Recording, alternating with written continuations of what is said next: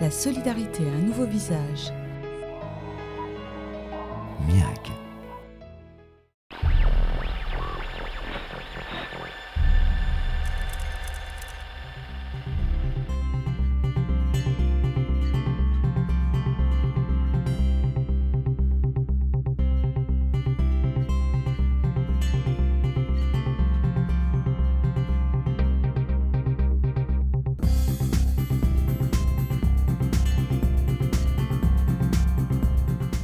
Bonjour à tous et bienvenue dans ce nouveau numéro de Solidarité Santé le MAG. Qui dit fin d'année scolaire dit pour beaucoup préparation aux examens. Seulement cette période importante peut être source d'angoisse à mesure que l'échéance approche.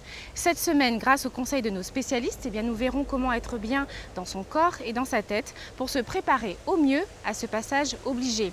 Puis nous nous intéresserons à la sophrologie, l'occasion de découvrir que cette méthode douce permet de gérer son stress tout en renforçant la concentration et la mémorisation.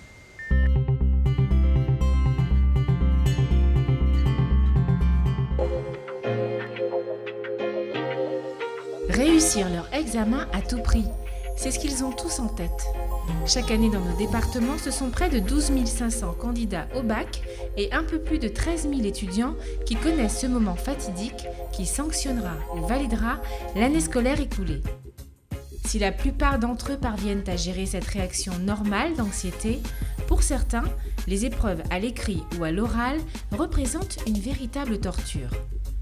Envahis par le stress, la concentration et la mémoire sont alors affectées. Mais au fait, comment le stress peut-il se produire?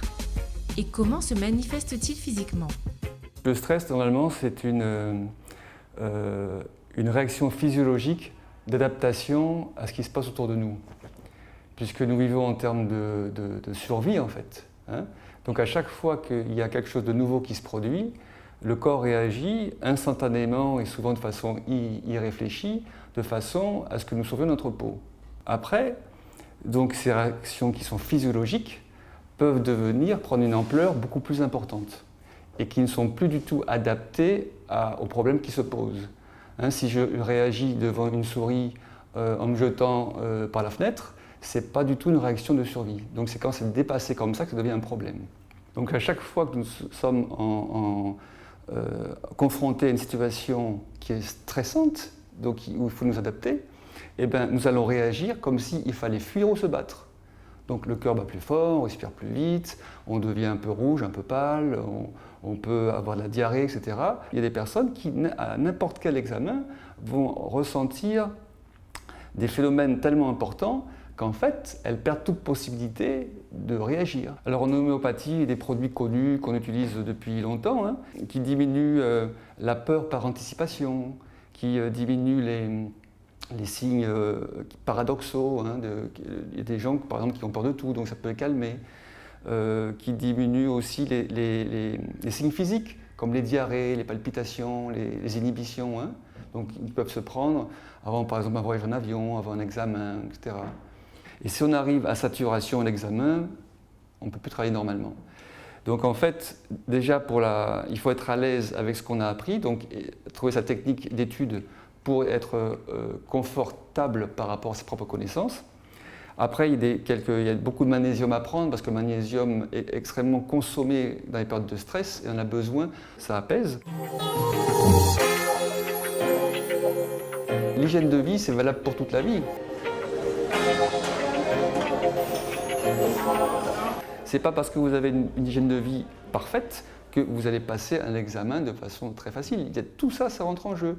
L'hygiène de vie, la façon de se détendre, la façon de voir les choses, la compréhension des choses. Quand on comprend mieux comment on fonctionne, quand on tient, finalement, on peut prendre un peu de recul. Si on se dit, tiens, là, c'est juste un examen, c'est pas si grave que ça, si je le loupe, je peux le repasser ou je passe par autre chose. Avoir surtout du recul par rapport à ce qu'on doit faire, ce qui est stressant. On ne joue pas sa vie. Donc, pour résumer, il faut prendre soin de soi, s'accorder quelques moments de repos, avoir une bonne hygiène de vie, une bonne qualité de sommeil et surtout prendre du recul. Autre moyen de s'assurer la réussite aux examens, c'est tout de même de bien réviser, tout au long de l'année et non pas au dernier moment. Yvan Marie-Jeanne, professeure principale d'une classe de première. On commence à échelonner donc, les quantités de travail, soit de manière trimestrielle, soit de manière mensuelle. On fixe des objectifs et en fonction de ça, on voit qui atteint les objectifs, qui ne les atteint pas, pourquoi ce n'est pas atteint et ce qui se passe au niveau de l'élève, comment il réagit face à la dose de travail qu'on lui donne. Étant donné que nous avons des moments d'évaluation qui sont réguliers dans l'année, cela vient rythmer le travail et l'intensité du travail. Ils savent qu'avant une évaluation, il faut un effort soutenu de mémorisation, d'entraînement. Et donc eux-mêmes, ils s'adaptent par rapport à ce qu'on leur demande.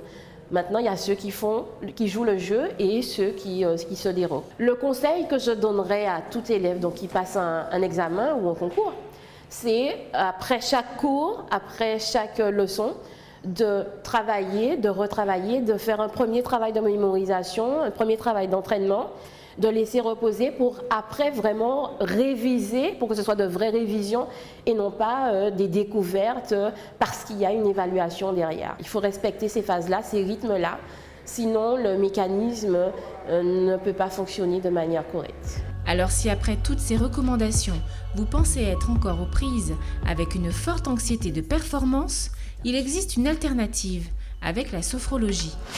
Pauline, 20 ans, étudiante en 2e année de droit, s'est tournée vers cette solution. Grâce à cette méthode, il semble qu'elle ait réussi à surmonter ses angoisses. Le stress se manifestait chez moi par des pleurs. Des pleurs vraiment... 1 heure avant les examens, j'étais en panique totale, je pleurais, j'avais des nausées, j'étais très nerveuse, j'étais pas du tout en fait dans les conditions requises pour passer un examen. À mon premier semestre, oui, le stress m'a vraiment pénalisée. J'étais pas du tout concentrée lorsqu'il fallait composer, j'étais vraiment ailleurs. En fait, la peur avait pris le dessus. Avec la sophrologue, on apprend à travailler la confiance en soi, chose que je n'avais pas. Donc déjà, ça aide beaucoup. On part plus dans l'optique de se dire je vais le réussir, j'ai tout fait pour, ça va marcher. Et donc déjà, on a confiance en soi, on arrive plus détendu, on apprend à travailler la respiration, à anticiper. C'est-à-dire dès qu'on sent les moments de panique arriver, tout de suite, on se pose, on fait les exercices de relaxation, de travail sur la respiration. Puis après, au fur et à mesure, en fait, plus on les pratique, plus on apprend à avoir confiance en soi et plus on arrive le plus détendu que possible à l'examen.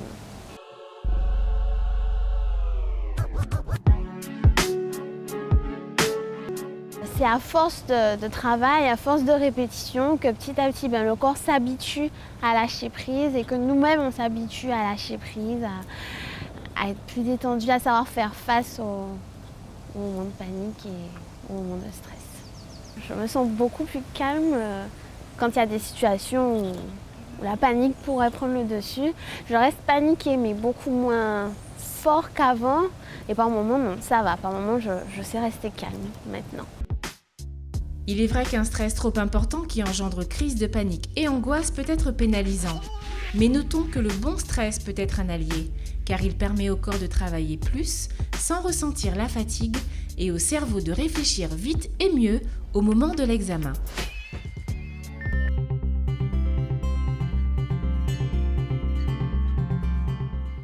Josie Belair, bonjour. Bonjour Valérie. Vous êtes donc sophrologue. Avant de rentrer dans le vif du sujet, pouvez-vous nous donner une petite définition de la sophrologie caïcédienne et surtout quels sont ses objectifs? Alors, la sophrologie caïcédienne est une méthode thérapeutique inventée il y a une 60aine d'années par Alfonso Caicedo et qui s'applique aujourd'hui, on va dire, dans le quotidien. C'est une méthode qui est reconnue, qui est confirmée et qui va activer en fait nos capacités, va nous permettre d'être présents à nous-mêmes, présents à soi, présents aux autres, activer notre conscience, la positiver, on va dire. Alors justement, quels sont les publics concernés et quels sont les champs de compétences dans lesquels on peut faire intervenir la sophrologie? Aujourd'hui, le champ de compétences de la sophrologie est très élargi, très divers. Pour ce qui est du développement personnel et de la gestion des émotions et du stress, on a affaire un peu à tout le monde. Hein.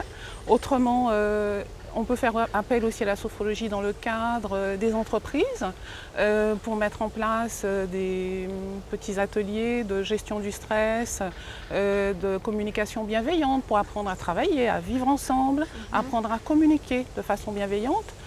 On peut aussi faire appel à la sophrologie dans le cas clinique et médical. Dans les hôpitaux, aujourd'hui, les sophrologues sont de plus en plus présents dans le champ médical. La gestion de la douleur notamment. Dans la gestion de la douleur, dans la gestion de la parentalité, pour ce qui est de l'accouchement, et pour accompagner aussi les personnes en fin de vie, et particulièrement dans le cadre de la préparation aux examens pour les étudiants et les élèves. Alors dans le reportage, Pauline nous a dit que vous lui avez donc enseigné ce lâcher-prise essentiel. Alors en quoi consiste cette technique pour gérer l'appréhension d'avant un examen? Alors, la base même de cette méthode, c'est un nouvel apprentissage de la respiration. La respiration, en fait, c'est la vie. On va commencer par apprendre à respirer avec le ventre, ce qui va permettre de limiter les effets de l'adrénaline, c'est-à-dire tous les effets du stress. La palpitation, donc, la palpitation, ça peut être aussi le gros nœud au ventre. Voilà. Donc alors, grâce à cet apprentissage de la respiration, nous allons tout doucement apprendre à décontracter les muscles. Donc, et puis, petit à petit, éliminer le stress. Voilà. Donc ça, c'est une première technique. Et puis, un petit exercice supplémentaire qui est aussi celui d'apprendre à souffler. Parce que inspirer, c'est très bien, mais souffler, c'est lâcher les tensions, c'est les envoyer très loin de nous, les évacuer. Et donc l'apprentissage de Pauline a été basé donc, sur cette technique. Apprendre à lâcher prise, apprendre à mieux respirer pour affronter l'épreuve, la difficulté, et pour lâcher toutes les tensions du corps et du mental. Que peut-on en tirer comme bénéfice sur le long terme? La sophrologie nous aide à avoir une conscience positive. Donc c'est une conscience de soi, conscience des autres, et être présent à soi, c'est être bien ancré en soi, implanté dans notre présent, implanté dans sa vie, et en relation avec les autres aussi, dans le bien-être. Alors vous aidez vos patients à avoir confiance en eux, ça c'est important. C'est un problème récurrent, la confiance en soi? Le manque de confiance n'est pas une fatalité. Avoir confiance en soi, c'est une conquête aussi de la conscience, de l'existence. Alors on peut mettre en place, on va dire, une modification mentale. Apprendre à lâcher tout ce qui est de l'ordre de la dévalorisation. Et avec ça, petit à petit, plutôt que d'être dans le négatif, on sera progressivement dans le positif, basé sur nos réelles ressources positives. Pour finir, Josie, comment améliorer les capacités de mémorisation et de concentration, ce qui est important pour les examens? Alors, première chose, améliorer son sommeil, avoir une très très bonne nuit de sommeil, parce que le cerveau, pendant cette période de sommeil, va activer les capacités intellectuelles. Dans un deuxième temps, avoir une très bonne hygiène de vie, une bonne hygiène alimentaire. Voilà. On parle souvent d'oméga 3, les oméga 3 sont indispensables pendant cette période. Apprendre aussi à synthétiser. Alors, synthétiser les informations et une petite chose supplémentaire, apprendre à les réactiver. Parce que quand on a perçu une information, si on la réactive dans les 10 minutes qui viennent, on apprend à ce moment-là à mieux mémoriser. Voilà. Merci beaucoup, Josie, pour cet éclairage. Merci, Valérie.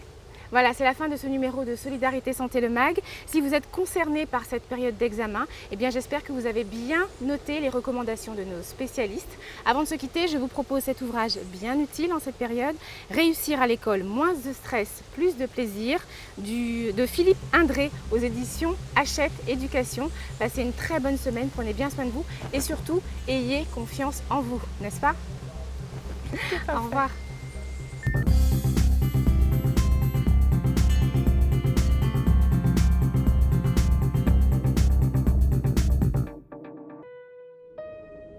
La solidarité a un nouveau visage.